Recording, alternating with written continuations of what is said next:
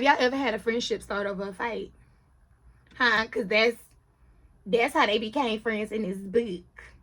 And if you don't know, I'm talking about Before the Streetlights Come On by Ashley Antoinette, which is an amazing, amazing read. If you have not read it yet, go check it out because this video is full of heavy, heavy spoilers. All right? Also, it's an amazing read about friendships. Okay? It's something about special friendships that survive childhood, heartbreak, bad decisions, and just time. This book teaches us that you can have friendships and y'all can grow up without growing apart. Because, you know, I'm pretty sure like most of y'all have that friend, y'all like this. Y'all ain't got to talk every day, but y'all like this. And once y'all talk, y'all back with it. That's a lot of adult friendships these days. Hey, are you available Tuesday after next? No? Okay, what about March 16th? You're available March 16th. I could squeeze you in at 3 for a happy hour. That's adult friendships these days. People balancing life, partnerships, kids, divorces, marriages, career changes, school, vacation, all of the above. And this story is about 4 women: Ellie, Courtney, Sloan, and Shy, and their lifelong friendship. First of all, the title alone, Before the Streetlights Come On, is very nostalgic. I was told that when I was growing up. That's probably going to be something I'm going to tell my kids. When they growing up, they better be outside. They can be outside all day. No running at my house, but you better be in before the street lights come on. That's something that was always taught to us. It was something always embedded in the brain. So honestly, that title alone really captured my attention, and I was so ready to dive in this book, baby. I read this book in about 2 days. I could not put it down. But I could never put any of Ashley's books down. And you know, we appreciate this book, Ashley. You released it a little bit before Christmas, I won't say. So thank you so much for the amazing Christmas gift. We still waiting on Butterfly. We still waiting on Butterfly. But we not rushing you, sis.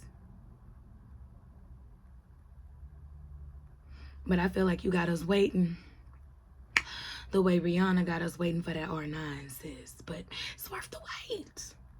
It's worth the wait. We gonna take this. We gonna take this. So let's talk about it. Let's talk about it. The book centers around, like I said, 4 women. Ellie, which is basically the main center of the group. She recently separated from her toxic husband. Baby, ooh, we gonna get on his ass. We gonna get on him. Now, she separated from her husband with 2 kids. They've been separated for 4 years. All right? 4 years. He already got a little thun-thun. He already got a little thun-thun, but he dragging his feet on signing them papers. All right? And then he don't even want to claim the baby. Yeah, because it's 2 kids. He don't want to claim the baby. Let me explain. They have one together. All right, Brooklyn. They had Brooklyn together, but then they end up adopting a child. Now, they both agreed to adopt this child, but now that they're going through their little tiff, he said that ain't his child. He said that ain't my seed. So, you know, sorry. Ain't that some shit? Ain't that some shit? But her journey is about healing, rediscovering herself, and learning what healthy love actually looks like, which a lot of us don't. Ellie also represents the woman who gave too much for too long and is finally choosing herself. Baby girl, we gon' ooh. Then let's talk about Sloan. Sloan is successful. She's an OBGYN. But emotionally, baby, scarred. Scarred. She carries deep trauma from the past. And her storyline basically explores forgiveness. She talks about her emotional walls and whether love can work when timing was once wrong. Sloan's character reminds us that success doesn't erase pain. Baby, ain't that a word right there? I know so many people who have overcompensated in education due to other insecurities they have growing up in their life, but that's another conversation. That's another conversation. Then we got Courtney. Now, Courtney's storyline was one of the heaviest. I've never had any children, but I have dealt with domestic violence and abuse. She's dealing with domestic violence, grief. I dealt with pregnancy loss. She dealt with pregnancy loss and an unhealthy relationship. I believe we all had one of those. We all had one of those. And her focus right now is breaking the cycles and finding strength and walking away from what's hurting her. See, because she met her man back in the day. Y'all remember? I don't know if you, I'm a little longer than 2, so I don't know if you know this.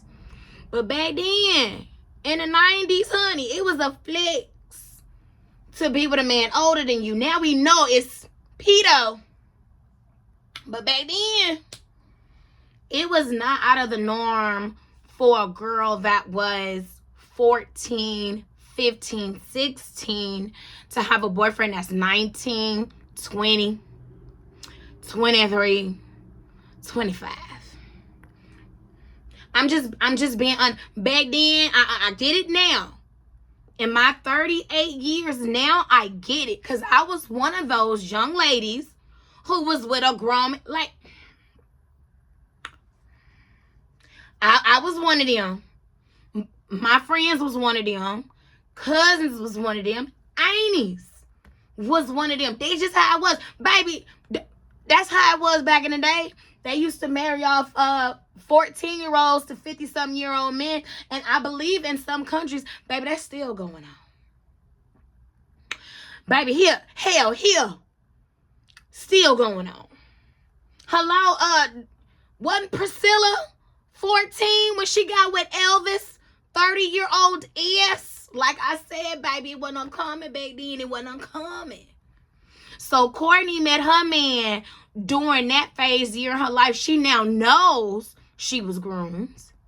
But she didn't know that. You know, we young and dumb. You know, we all been young and dumb. But now, Courtney represents survival and the courage it takes to start over. Because people want to downplay starting over. Like, oh, you know, it's easy to start over. No, the fuck it's not. It's easy to stay in your comfort zone. It's easy to stay in what's familiar. It's easy for you to get out here and get it again once you had it before. That rebuilding yourself is not easy. Leaving someone you thought you was going to have forever with kids is not easy. So we will not downplay that task. I understand a lot of ladies use that as an excuse. Oh, I'm staying for the kids. She tried to use that too. Her and Elliot ass. That's Ellie.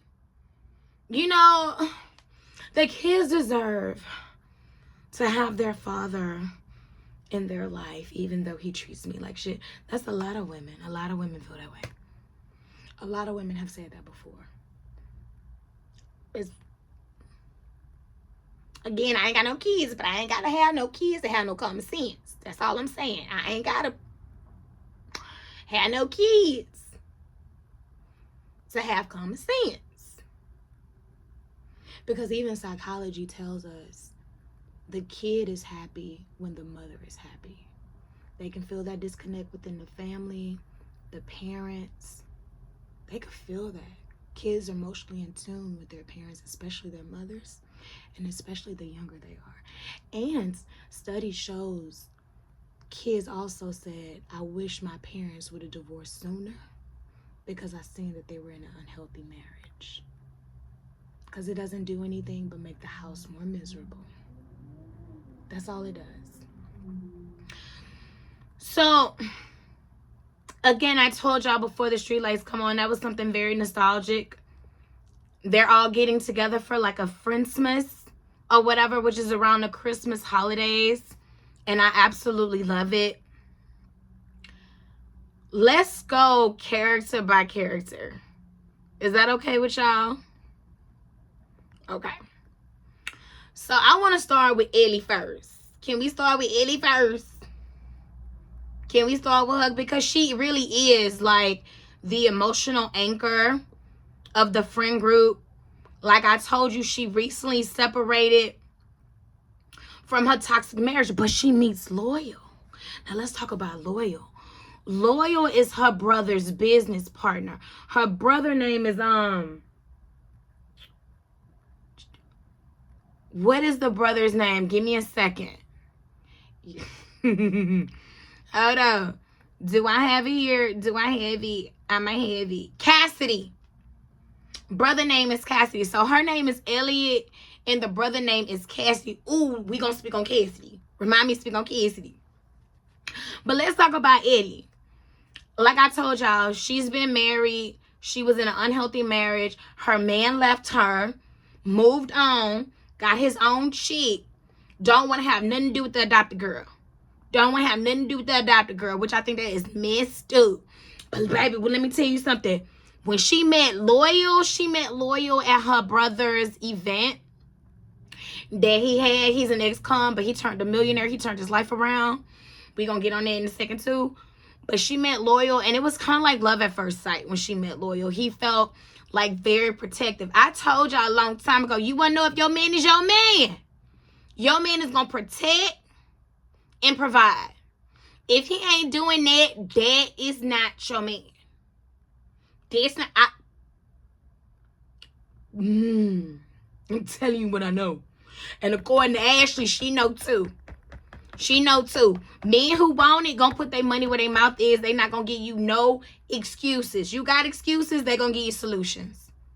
They gonna give you solutions. If they serious, they're giving us solutions for each one. Absolutely. Every time Ellie had a problem, Logan was like, okay, I got you, and what? I got that, and what? I got that, and what?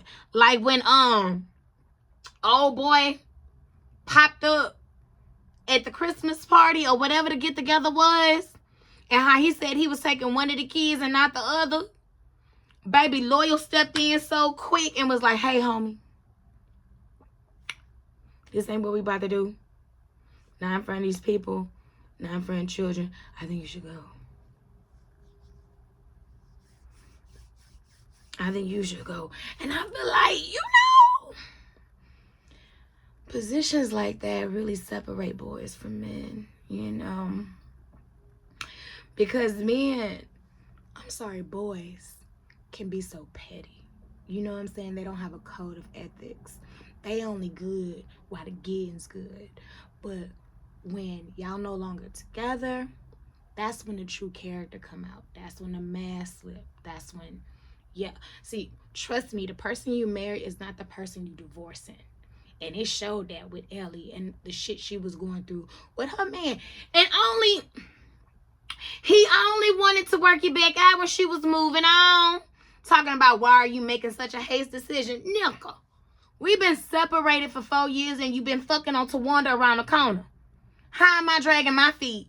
If anything, now I'm showing that I'm serious to sign these papers and you trying to manipulate me. Now you come over here, you come around here to my house and bam on my door and do what I've been asking you to do for the last 4 fucking years. If you don't get on. And you know what's so crazy? I just like when men do that. When they see a woman getting better, when they see somebody else treating her better, loving on her right, glowing up, now you want to pussyfoot your ass back on around here and be like, oh, baby, baby, please. I was the same one you met and married and you found greatness in, and I'm still great even though you felt like something greater was on the other side. You just stopped watering this grass over here. And you didn't realize that grass over there was fake. Acrylic.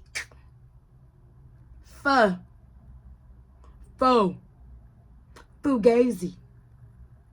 So don't come right round here. And Loyal bought her a house. Baby, Loyal got her box seats. Her and cheering. Met the daddy. Played dominoes with the daddy. That's the way that my daddy heard. I ain't even gonna lie to you. Talk a little shit. Drink a little beat. And knock them bones on the table. That's the way that my daddy heard too. Okay? Bonded with the daddy. Buying Christmas gift. Bought her a house. They only known each other a week. That's how serious he was about her. He had the means, and baby, according to a lot of rich men that I've met, dated, baby, it ain't tricking if you got it. It ain't tricking if you got it.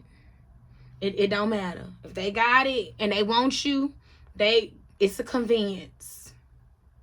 It's a convenience. And they don't mind paying that convenience fee.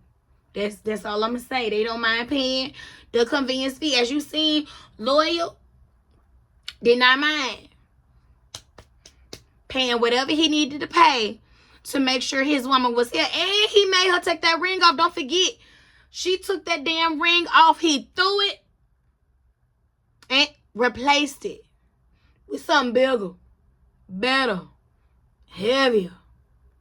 And was like, you know what? We can take our time getting to know each other, but we can't get to know each other while you living over there and I'm living over here. So this is what we gonna do. I already took care of your house. I bought it. If you don't like it, sell it. We'll get you another one. I took care of enrollment for the children, tuition paid. All you need to do is send their transfer papers because I don't know their date of birth. He had everything on like... Not to mention, he gave her the Amex. Baby, he showed it. Showed it, put that money where his mouth was. Thank you. Thank you, Loyal. Thank you, Loyal. You see what I'm saying? See, things like that, I feel like, yeah, that's a different type of breed. You can't be taught that. That's something that gotta be in you. You get what I'm saying? That's something that gotta be in you. Let's talk about Sloan. Now, Sloan and Ellie are best friends. It's four of them that are friends. But you know how you got your besties and then you got your bestie. Okay? Ellie and Sloan are besties. All right? Sloan is very successful. She's an OBGYN, but she ain't got no man.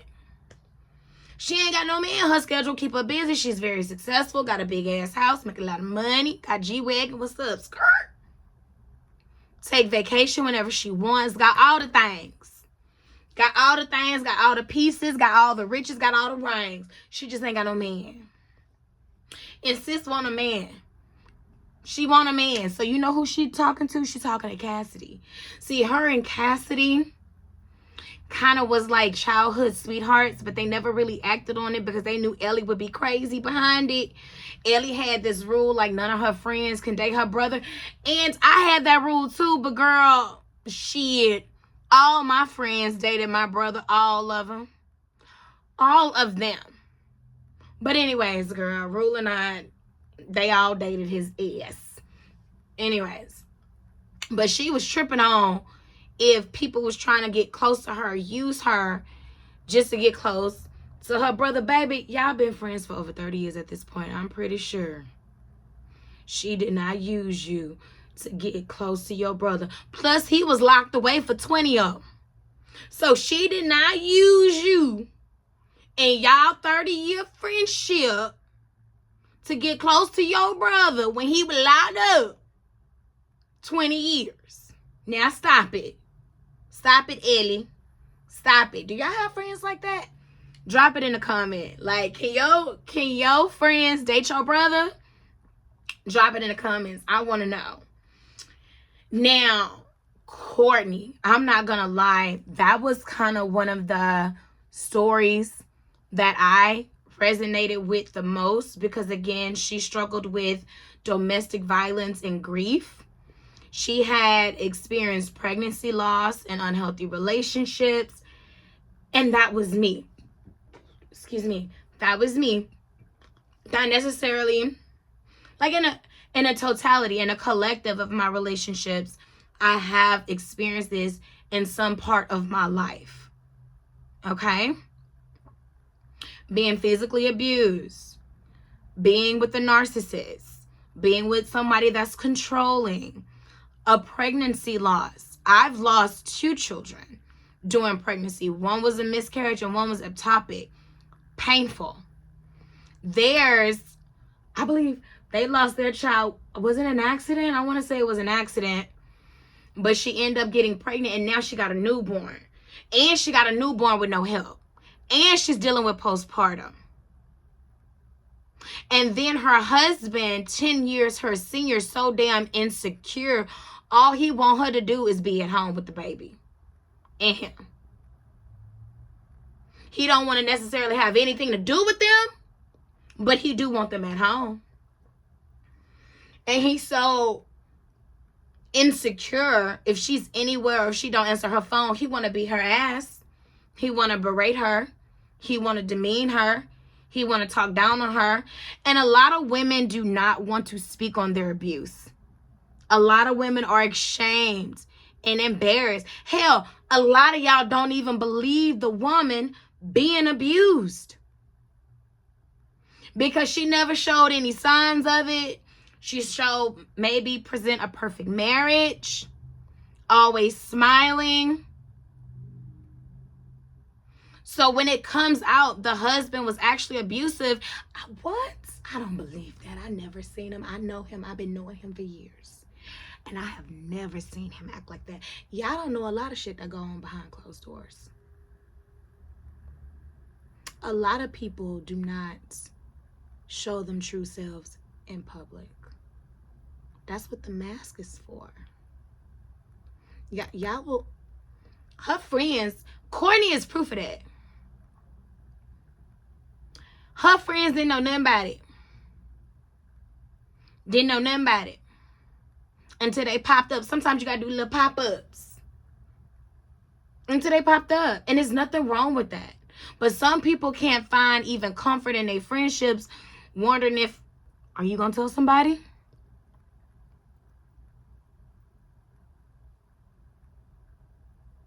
Can I trust you with this? This is very heavy. What I'm gonna do?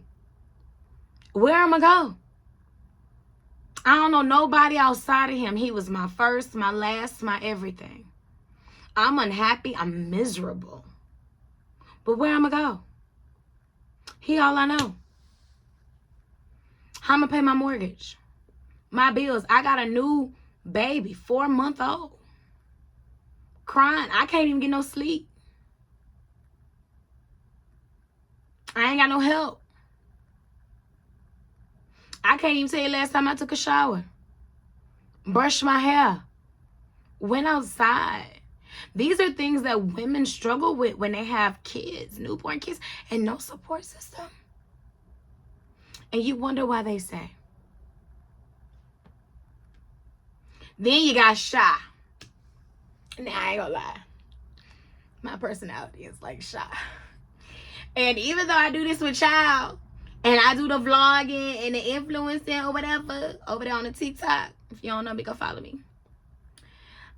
I doubt 100%, shit, 1,000% that I'm gonna front.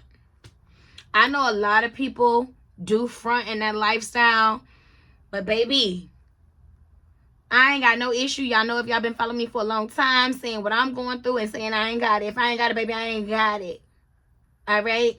People think I'm rich. Like, people think we rich.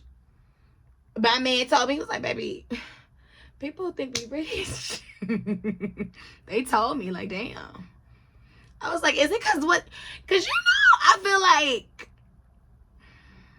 I'm not going to snitch on myself, but it's like, what is this illusion That people, but thank you. I'm going to receive it because you can be rich in more ways than money. So I'll receive it. But baby, one thing I ain't going to do is front. I ain't gonna front. Shy is bold, charismatic, but she also struggles with like self-image and authenticity. She does comedic reliefs. She has the sassy comments, the reads, and she's honestly trying to find out who she is. Now with Shy, she ain't got no man. She's an influencer, so she got all the things, or so she was fronting to portray it. She act like she was living in this big ass house, driving blah blah blah car, all these brand deals, and the brand deals was good, like was real. It's exchanged for like, you know, photo op or a mention, but baby sis was kind of homeless. She ain't had no place because she was trying to keep up with the Joneses and the facade. She ain't had no money, so she was from pillow to post. And guess who helped out Shy? Loyal was with his girl Ellie, and then, you know, the kids called or whatever because, you know, Ellie got kids, and the kids was like, it's some cops over here, and they saying that we trespassing. And so of course Ellie is on 10, like, what the hell is going on between the sheets in my home? I mean, it was the vacation home and it was Shy's home, but you get my point. And it kind of wasn't Shy's home either because, baby, that white lady was like, baby, I got the deed here. I got the paperwork. They are trespassing. Arrest them. Arrest them. That's how they described it in the book. That's all I'm saying. So Loyal, being the true gentleman and man of resources that he is, he worked it out. He was like, listen, we gonna pay past due, now due, and future due. She'll be out. Please have the officers go. I will pay you for your time. I will pay to get it cleaned. But all of this, Karen, is unnecessary. And she took her money and she left. But he did fix it. And you know what? He fixed it and he didn't flex. He didn't flex it. Nobody knew what Loyal did but Shy. And Shy didn't have to go back and tell her girls. He didn't even go back and tell Ellie. That was some grown man stuff right there. That was some grown man stuff right there. Let's talk about, oh my God, what is his name again? The brother. Let's talk about the brother, Cassidy. Yeah. Cassidy went to prison when he was young. He went to prison. He did a bid because of his mom, right? Come to find out, they was at the supermarket, right? Cassidy and her mama. And some old dude came behind her mama and was like, hey, what up, though? And the mom got so scared. Cassidy said she didn't speak the whole way home. She just drove like on autopilot, just staring at the window. Then when it was time to get out the car, he said she noticed that she wet herself. So it had to have been something like that's very serious. Later on that night, she confessed to him that she was SA'd by this man from age 5, y'all. From age 5 to I think it was 11 or 12, she was raped by this man. It was her best friend's daddy. And they used to live right across the street from each other. And the mom would have the play dates. And while the daughter was sleeping, he would rape the girl. Can you believe? From 5 to like 11. That's just, that is disgusting. And the fact that the mom carried that for years, she never told her husband. Probably something she tried to bury deep, that trauma, get on with her life. But people can be easily triggered by stuff like that. And when the mom confided in Cassidy what happened, Cassidy made up his mind that day, that moment, right then and there, that he was going to avenge his mother. He went over there to confront the man. The man was choking him out. He picked up a bottle, hit him over the head with it. He was able to free loose, breathe. Then he found something and just started beating that man until he was out of breath. And he said, no, I don't take it back. I'll do it again. Baby, I'll do it again too. He stood on that. Stood on that, did his time. His mother visited him every weekend, wrote him letters. And when he got out, he made something of himself. He got a business, became a millionaire, partnered with Loyal, so he can become a multi-millionaire and have generational wealth. Not to mention him and Sloan got together. She didn't want to do it at first because of her own personal trauma. See, her mother was unalived by an ex-con that she was dating. And she just didn't want to repeat that same generational curse that her mom experienced. But she also didn't know the full story of what happened with Cassidy. So when she found out what happened with Cassidy, she decided to give their relationship a try. And Sloan is pregnant. She's pregnant now. So I'm so happy that Sloan got her man and her baby. I'm happy that Ellie ended up divorcing and leaving her husband. Because, baby, I don't care what any of these men try to convince you. Baby, better is out there. Better is out there. Don't let them convince you otherwise. It's out there. Somebody could take care of you and them kids. Y'all see Ellie? She getting taken care of with her and her kids.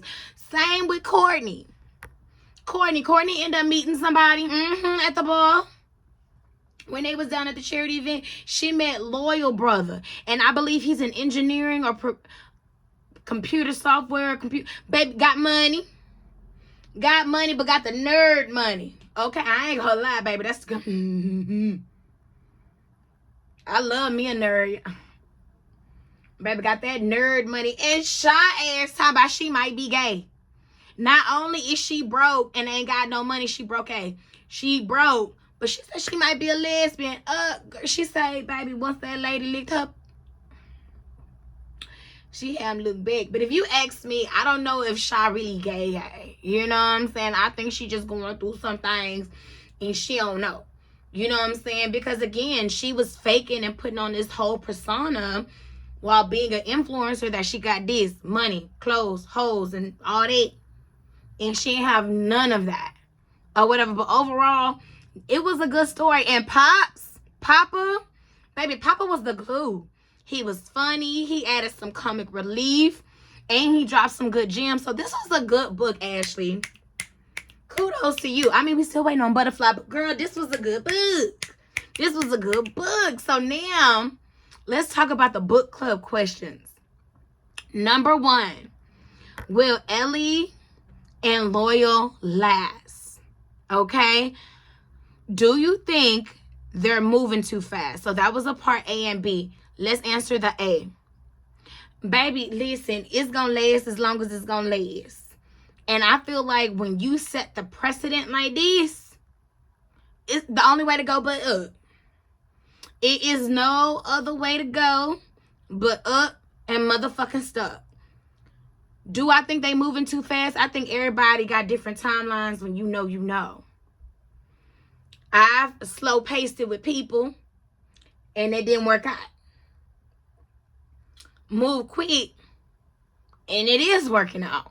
So I feel like everything is different. Everything on God's timing. Everything on yours. So you gonna get out the relationship what you put in it. I think it's move. If it's a comfortable speed for both parties, then no, it's not fast. No, it's not fast.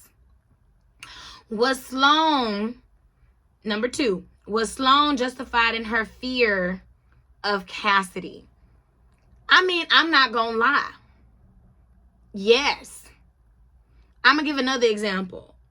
For one, like, let's talk about Ozempic. Something light. Something light. Still a fear, but something light. Not necessarily But I know people who have had health issues and have been unalive from taking Ozempic. And because of that, people close to me, I'm not taking no damn Ozempic. I'm not taking it. I understand everybody take it. It's a great tool. I'm not doing it because that fear is very much present. Very much present.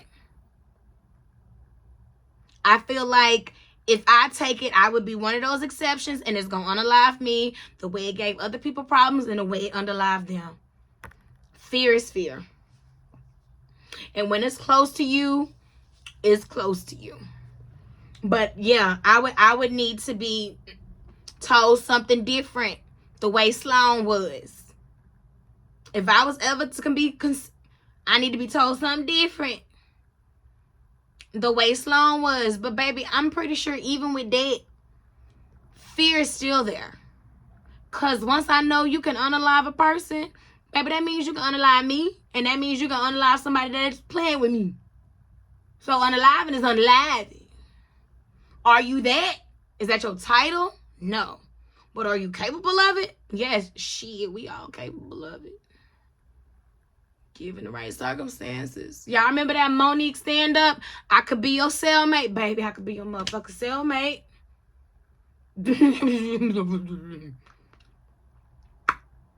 I ain't gonna snitch on myself. Number 3. Were Cass and Sloan meant to be? Or should they have let go of a childhood crush long ago? Hell no. They never explored it. And when they was about to, Cass got locked up, so they couldn't explore it. And baby, she wasn't gonna be no jail bird or pen pal or whatever it's called. Because baby, they be having the pen pals all up in there. They be fucking in there. Don't let them convicts tell you nothing different, baby. They be eating good and they be fucking up in there. Smoking. Doing, they,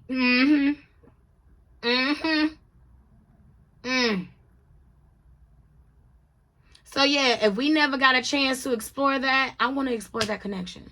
For sure. I don't want to have no regrets. We only get one life. Number 4. Will Courtney go back to James? Part B. Was she a victim? Or was she a childhood teenager? Was she a teenage girl being fast who lost control? Ashley, no, you're dating with this question. And it's not because I feel like I'm a text. But no, you didn't. Ashley, you telling me you didn't do it either? You telling me when you was in middle school or high school, you wasn't dating no adult? With an age difference. That's what you... Ashley. Girl, please. I'm pretty sure we in the same age bracket. We checked the same box. Stop. But let me answer in order. But stop it. So, anyways. No, I don't think Courtney going back to James. But at the same time, I feel like if James and Courtney do the work separately, heal, and then come back collectively, then it would probably be a different dynamic because they do still have a child. However, you cannot overlook the abuse. You can forgive it. You just cannot overlook it. And I feel like once you truly heal for something or outgrown something, you can't go back to bullshit. You can't go back to bullshit. The 14-year-old picked him. But the 40-year-old is leaving his ass. So, no. I don't think she's going back to James. James can go meet me at the Waffle House parking lot every other weekend to pick up his child. That's what James can do. We don't want James. Number 5. Oh, let me answer, was she being fast? No, she wasn't being fast because, again, a lot of people, that was the norm. That was the norm back then. I don't think that was being fast because that was the norm. Could it be looked at as being fast? Sure. But why is she looking at being fast, but he's not looking at as a pedo? She didn't know no better. She's fucking 14. She's a child. If that happened to your child, would you think your child was being fast, or would you think your child was being taken advantage of? Because let me find out some grown 24-year-old man or woman is fucking on my child? Honey, please. They'll be beat up and locked up so fast, baby. I'm sorry. Somebody gonna be carrying their ass out. Somebody is gonna have to carry their ass out. No, I'm not blaming the child because the child don't know no damn better. No, I'm blaming the grown-ass adult. That's who I'm blaming. Number 6. Did James' mental health and grief over losing their first son contribute to the way he treated Courtney? Well, according to Courtney, he was always controlling even before the son passed. So the answer is no. If anything, it intensified who he was. It intensified who he was. Number 7. Do you think Shy truly prefers women? Shy confers. She don't know what she wants. She confers. When Shy figure out who Shy is, then we can talk about if she want to lick a little puss. Up until the end. Baby, Shy don't know what she wants. Shy need to be celibate. Shy need to focus on Shy. That's what she need to do. She need to go get a little part-time job at the FedEx. The Amazon. That's what she need to do. Number 8. Why do you think Shy masks who she is behind a fake life for social media? Because she's probably ashamed of her insecurities. And she probably thinking putting on this persona is what's going to get her like. I mean, it's what made her successful. Lying is what made her successful. And we're not going to act like a lot of social influence lie. A lot of people have been exposed for not having cars or the money or the houses or living the lifestyle that they're fun of. People are committing fraud to do that type of fuck shit. Shy ain't the only one. Number 9, will Brooklyn and Tess adjust to the sudden move to Michigan? Hell yeah. They with family. And Brooklyn is damn near grown. Ain't she 18? I believe Brooklyn was 18 to 16. She's a teenager. She's almost done. I believe she's almost done with high school. She can meet new friends. They can both meet new friends. Mama got a life too. Mama gotta have a life too. And plus her community is there. I feel like you need to have community when you're having children. Just saying. And especially when you're going through a transition in life, you can always go back home. You can always go back home. There's no place like home. There's no place like home. Baby, Dorothy taught us the best, did she? Baby, ain't no place like home. Number 10. Should Ellie and Cassidy tell Bishop about their mom's past? I feel like the dad kind of know. Kind of like how Ellie kind of knew, but she didn't speak on it. She just knew if he did it, he did it for a reason. Like my man, we talked about it, right? Me and my man talked about, would we be afraid if the other person was a unaliver? And I was like, is it wrong that wouldn't scare me? It would kind of like, I'm not saying it would turn me on. I would just have some questions and I wouldn't run. You know, I feel like it would be a really good reason. And he said the same thing to me. He was like, I just feel like it would be a really good reason. Good. Glad we're on the same page. This is a really good read. I feel like this is part 1 of a part blah, blah, blah. You know how Ashley do. Ashley, we already waiting on a part 2. Thank you so much for this read. We definitely enjoyed it. And the thread along this book is friendship, y'all. Friendship, love, healing in many forms, nostalgia, growth, structure, pacing, renewal.